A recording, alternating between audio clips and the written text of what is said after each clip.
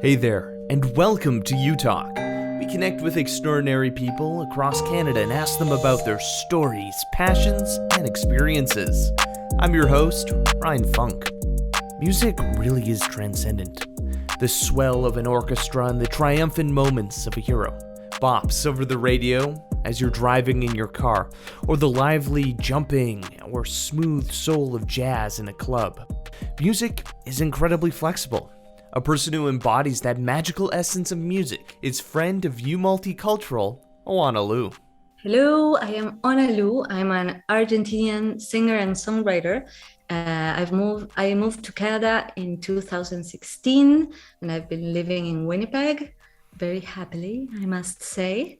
I am currently working on my second album, which I will release in April, and I'm releasing singles. I released a single on December 20th, yesterday. And yeah, I'm very happy to be here chatting with you, Ryan. So, what can you tell me about your single? It's called Sonriámosle a la pena, which means let's smile at sorrow. And it's about something I learned a few years ago, which has helped me a lot, which is to accept sorrow as part of life. I think, and no one has told me otherwise yet. I think we all have days when things just don't work, when we feel down, and all the range from super depressed or just lack of energy. And those days are hard. And I used to get so upset on those days and feel bad that I was feeling bad. And in general, just this idea that sadness was something that was wrong with me and that I needed to solve, that I could avoid it and have a life without it. And then I learned, something opened up in me, and I realized it's just a part of life, of everyone's life. And it's a part because life is beautiful, because I care, because I love people and things, because I have dreams. And because of that, there's going to be also loss and fear and being preoccupied about stuff. So for me, it was a very important point in my life. I learned that joy can coexist with sadness. I can be worried and still be peaceful.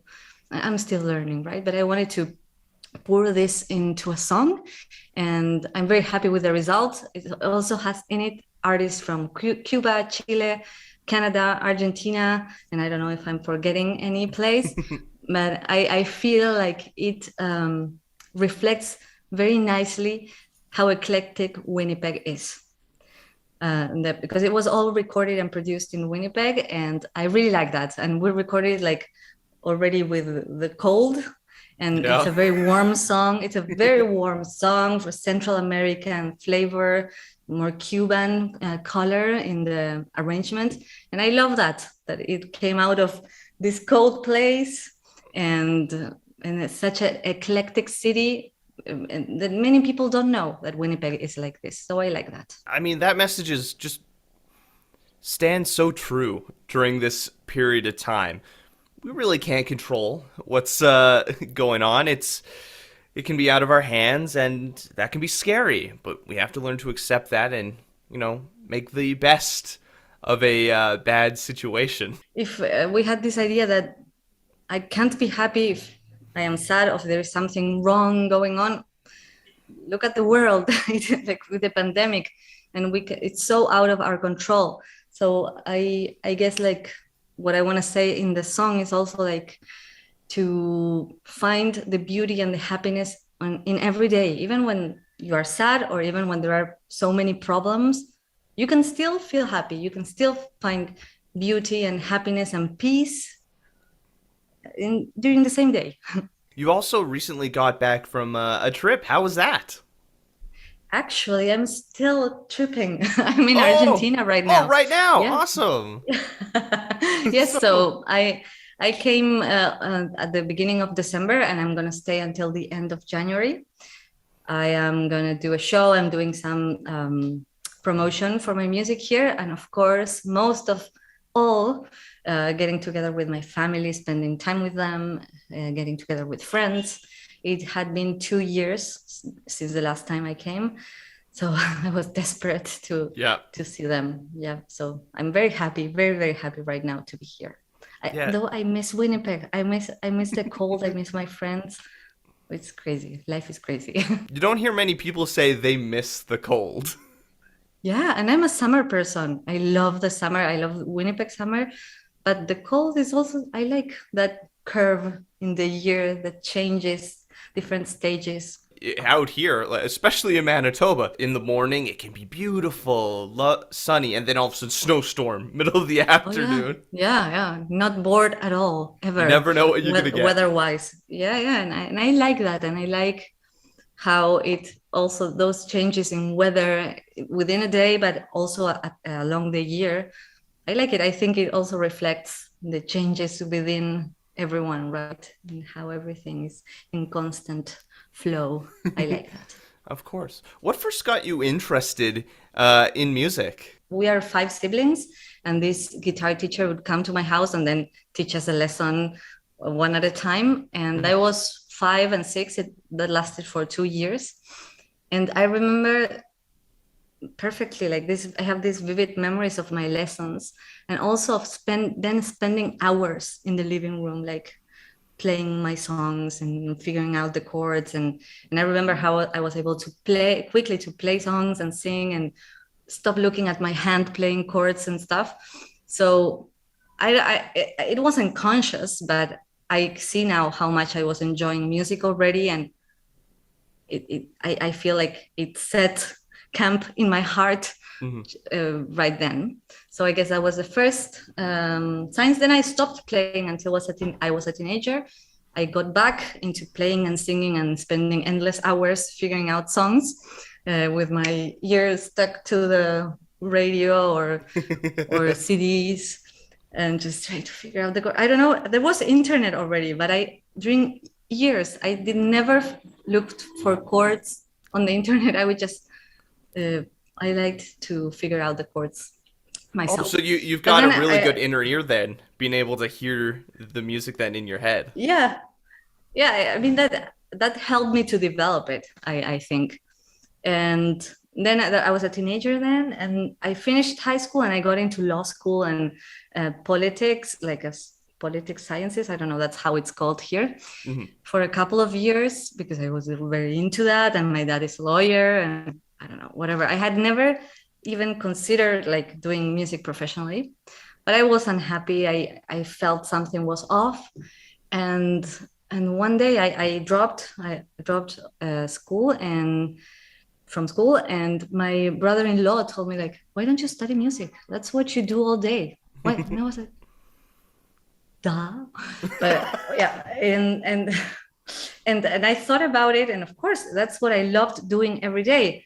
And I loved musicians, and my thing with I also got into college for economics, all that in 2 years. But I wanted to affect a change in the world. Like, I wanted to do good, I still worry about social situation, economics, justice, like everyone else, right? But I felt like I had that calling. But I realized, I really don't want to be around politicians all day, or lawyers or judges or whatever. But I do want to be around musicians, and I see musicians do great good in the world. Thank God for music. It can inspire change. It can ignite the hearts of anyone doing all sorts of things in the world. So there's something just magical about music. I play Dungeons and Dragons with my friends, and when you have music playing in a scene, it makes it hit different.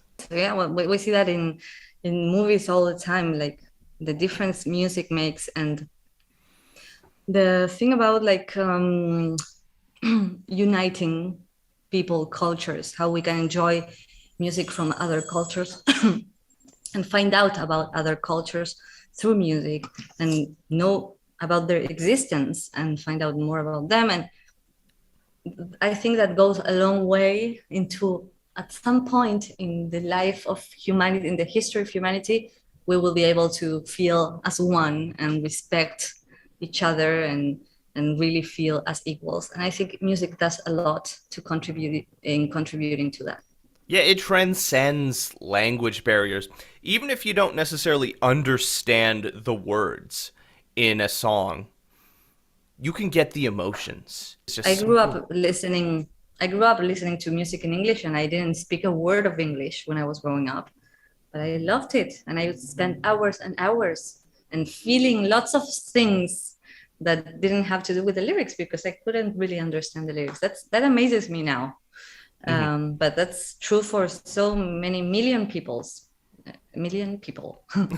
with the Beatles and other bands that Mhm. transcended completely language and culture. What can you tell me about your music specifically? What is it about your sound or style? What is it that it speaks to you? I also do it consciously. I make a point of it. I like to make a fusion of Latin American folk rhythms, like folk roots. I've been getting more into Latin American genres over the last few years, and I like fusion. I think fusion is the music of our present moment in history. Just for the mere fact that we can all listen to any music anytime during the day at the tip of your fingers. So that's incredible.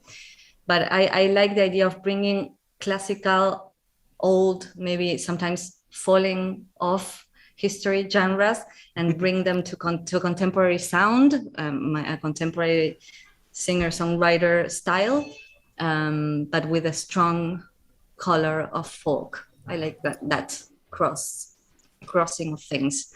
And then lyrics wise, I like talking about the things that matter to me and then consequently probably to lots of people, to the things that are important in life.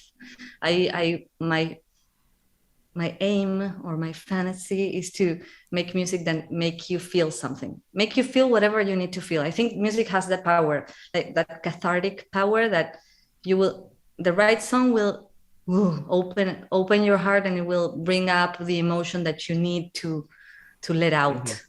Mhm. And not all music has that effect, but I try to write music like that Mhm. can touch a fiber inside people. You moved to Canada in 2016. Oh, what made you decide to move? We wanted to try. Me and my husband are from Argentina, and we wanted to live abroad. And we had a few options that we could. That it's not easy to move to a country. You have to be able to live there legally. So Yeah. Canada is very open to immigration, and we have family in Winnipeg. And we kept, at the moment we were making this decision, we kept meeting people who had lived in Canada or who were living in Canada and could only say positive things about it. It was almost like the universe was like pulling us to choose here. We also had the chance to go to Spain and to New Zealand, but at that moment, it just felt that Canada was the right choice. And now, years later, like 8 years after that, I believe, yes, that was it. It was the right choice for us. What can you tell me about Argentina? When I am from Buenos Aires, which is the capital, Mhm. and it's a this huge city, like very big, millions of people, very electric. People from Argentina and from this city are very intense. Everything is felt with like 1,000 times more intensity than maybe other places, and very passionate. It's a very cultural city. There's lots of arts going on all the time, even though there are no funds and it's very hard for art to happen. Like it varies, there there are some governments that give more support, others give less, but like art finds its way. It finds its Art way. Yeah, finds art its finds a way. way. And there's always things going on. And yeah, lots of music, theater, art. and geographically it's a very long country. It's the last country in the south of the continent. So I always joke that I moved to the opposite pole because that's what I did. I moved to Canada from Argentina. But it's a very beautiful country. It has all sorts of geographies, like mountains, glaciers, beach, prairie, everything, jungle. So it's a beautiful country to visit. Anyone that has a chance to come, they should, because it's amazing.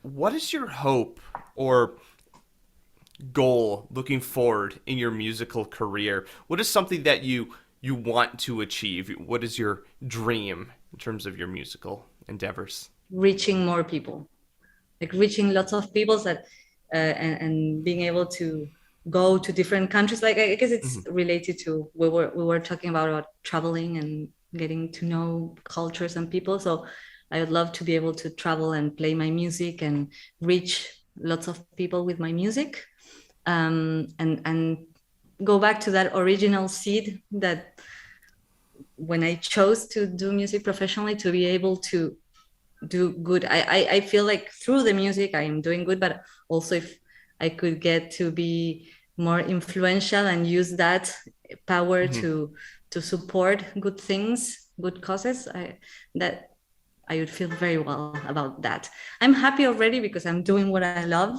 My life is about music and family and friends, so I'm already happy. But if you ask me, like, what would be like, wow, yes, this is happening, that would be like reaching lots of people and being able to have good effect on important things. So you're already living the dream, but you want to be able to share that dream with others. What are some of the differences from performing in Argentina versus here in Canada? Well, here in Argentina, people understand what I'm saying, and my songs are a lot about the lyrics, in the sense that I love writing the lyrics, and all this that I'm telling you, I like to speak about things that I think are important, and whatever I feel like I'm understanding better from life and I feel it's worth sharing, I do it through the lyrics. So I love that people understand. Mostly that when I perform in Canada, it's the same, like, because people like it, people who come and see me like what I do. So the feeling is similar. And also I love providing translations when I perform in Canada, when I do shows. And so I kind of achieve the same. But yes, I would say that's the only difference. Because in the end, to me, it's the same satisfaction of connecting and being able to connect with people in the room, and from the people in the room, I get the same, like that enjoyment of live music. So it's pretty much the same. What sort of words of encouragement or advice would you give someone who is looking to pursue a musical career? Specifically for someone whose maybe music isn't in, like if they're here in Canada, isn't in English? Yeah, just to remember that music transcends language. There's always an audience for anything in this world. It's also like so global right now. You can live in Canada but reach people anywhere. And that Canada, if there is a good place, I don't know all other places, but Canada is a really good place to pursue a musical career, even if your music is not in English. I'm a good example. I've received tons of support from the councils in these 5 years, so go for it. Always keep the connection and the heart and the mind in the everyday enjoyment of and working of the craft, right? That has to be like the strongest thing at all times. And yeah, keep going, and finding opportunities. Canada is a great place to do what you're doing. Winnipeg is so great for that. The arts are just so vibrant here. Of course, everything's slowed down. Once we're out of this pandemic, I believe we're going to see a surge of the arts again. That's what I feel. Yeah, we've already seen like a little craziness in the last 2 months, like so much live music and shows. And yeah, it's going to be like that again. And I think that's one of the silver linings of this pandemic, is probably like the reappreciation of the importance of music and arts in everybody's life, in the life of a scientist, a nurse, any worker from any occupation. Like music has been so important, and arts and reading, and it helps humanity cope with anything. So I think, yeah, it's gonna come back stronger than ever. Mm-hmm. Where can people go to find out more about you and find your music? I'm on all the usual places: Spotify as Onna Lou, Instagram Onna Lou Music, and on Twitter and Facebook and YouTube. There are several music videos on YouTube that you can check out. And my website, onnalou.com. Enjoying the content from U Multicultural? Why don't you subscribe to stay up to date with everything that we're doing? If you have any stories you want us to talk about or communities we should highlight, leave a comment down below or reach out to us over social media. I'm Ryan Funk. This was U Talk, and have yourself a good one.